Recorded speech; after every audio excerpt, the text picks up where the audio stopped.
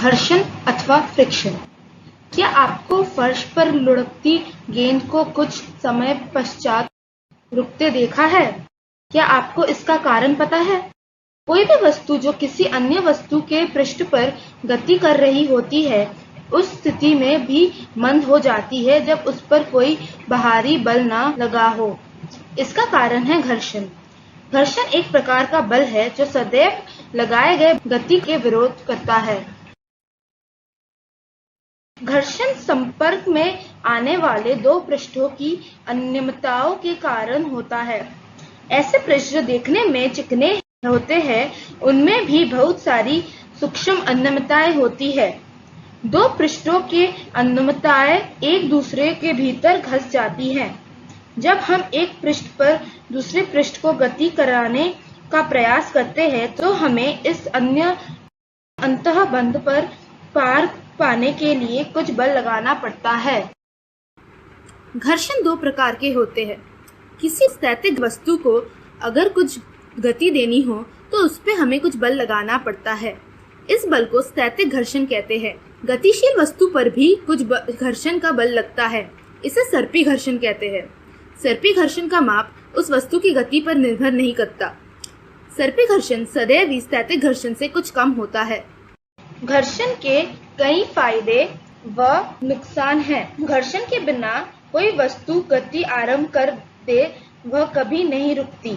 यदि घर्षण न होता तो न हम दीवार पे कील ठोक पाते, न हम पेंसिल से लिख पाते, यहाँ तक कि हम सड़क पर बिना घर्षण के चल भी नहीं पाते।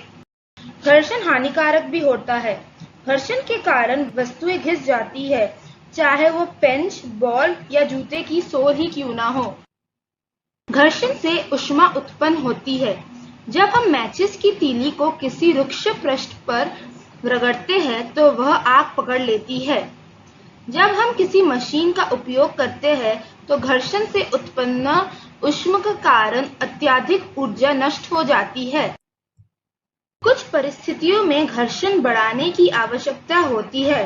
कबड्डी के खिलाड़ी व व्यायामी अपने हाथों में मिट्टी या कोई और रुक्ष पदार्थ लगा लेते हैं ताकि वे अच्छी पकड़ बना सके। वाहनों तथा साइकिलों की ब्रेक प्रणाली में ब्रेक पैडों का उपयोग करके हम जानबूझकर घर्षण में वृद्धि करते हैं।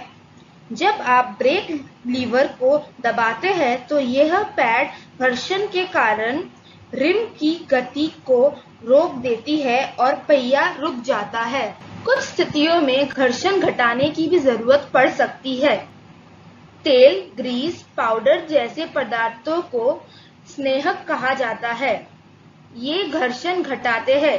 साइकिल की गतिशील भागों में ग्रीस लगाना और कैरम बोर्ड पर पाउडर छिड़कना इसके उदाहरण हैं। आपने भारी सामानों पर रोलर देखे होंगे। ऐसे सामानों को खींचना आसान होता है। जब एक वस्तु किसी दूसरे वस्तु के पृष्ठ पर लुढ़कती है तो उसकी गति के प्रतिरोध को लॉटनिक घर्षण कहते हैं। लॉटन घर्षण कम कर देता है। किसी वस्तु को दूसरी वस्तु पर सरकाने की तुलना में लॉटन करना सदैव ही आसान है। इसी कारण ज्यादातर मशीनों में बॉल बेयरिंग का उपयोग किया जाता है। आप जानते ही हैं कि वायु अत्यंत हल्की तथा विरल होती है। फिर भी इससे होकर गति करने वाली वस्तुओं पर वायु घर्षण बल लगाती है। इस प्रकार जल तथा अन्य द्रव भी घर्षण बल लगाते हैं। किसी तरल पर लगने वाले घर्षण बल उसकी तरल की सापेक्षिक गति पर निर्भर करता है। घर्षण बल वस्तु की आकृति तथा प्रकृति पर भी निर्भर करता है। तरल में घर्षण बल पार करने की प्रक्रिया में ऊर्जा नष्ट होती है। अतः घर्षण को कम करने के लिए वस्तुओं को विशिष्ट आकृति दी जाती है।